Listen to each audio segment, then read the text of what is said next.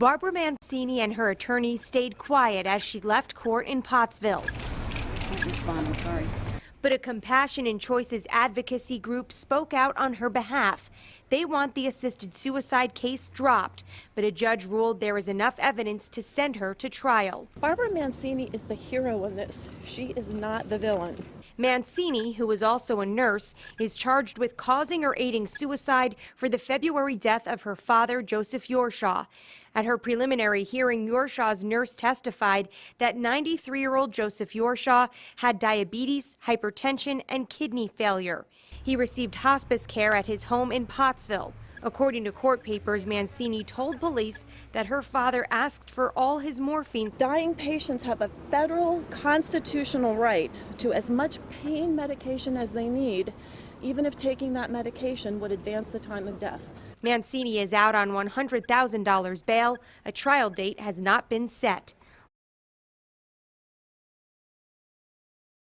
An assisted suicide case in Schuylkill County has gained national attention, and today the woman at the center of it all returned to court. Barbara Mancini's lawyer pushed to have this case dismissed today, arguing that she did nothing wrong. Joe Mancini and his family are fighting to clear his wife's name. They held photos and signs of support outside the courthouse Thursday. Barbara Mancini has been charged with handing her ill father a bottle of morphine to help him die. Joe Yorshaw was 93 at the time, suffering from diabetes, heart disease, and kidney failure. Yorshaw was enrolled in home hospice care because he reportedly wanted to die at home. He was taking the morphine to relieve his agonizing pain, but when the hospice nurse found him unresponsive, she called 911, ignoring his do not resuscitate order. He passed away 4 days later. No family caregiver in a home hospice situation should be facing the situation that Barbara Mancini is facing. Compassion and Choices, a group that supports death with dignity, has become Mancini's biggest advocate. They're pushing for the Attorney General to drop the case once and for all. We think this is an outrageous miscarriage of justice. This is a legal and political loser.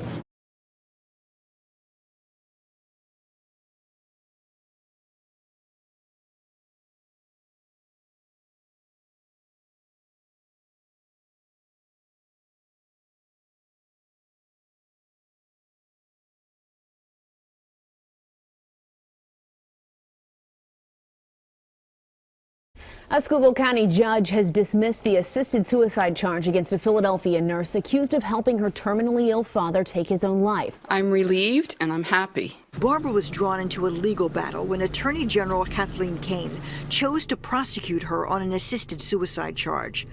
As a nurse, Barbara had handed her 93-year-old terminally ill father a bottle of morphine, which he administered. Yorshaw died 4 days later. The dismissal of the charge came on the 1-year anniversary of his death. Today, Compassion and Choices gave the Mancinis $20,000. Attorney General in this state should back off and back out of families' medical decisions.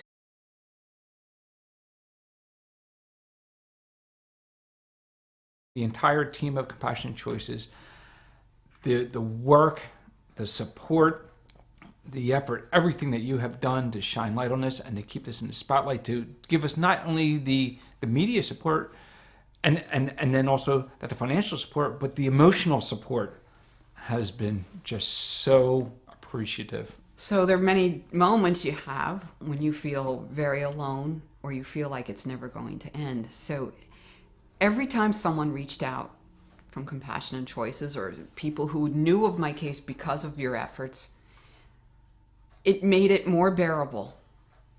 It absolutely did. It made a world of difference to have people either call or write me a letter or email or speak to me in some way or to anyone. It happened with my mother too.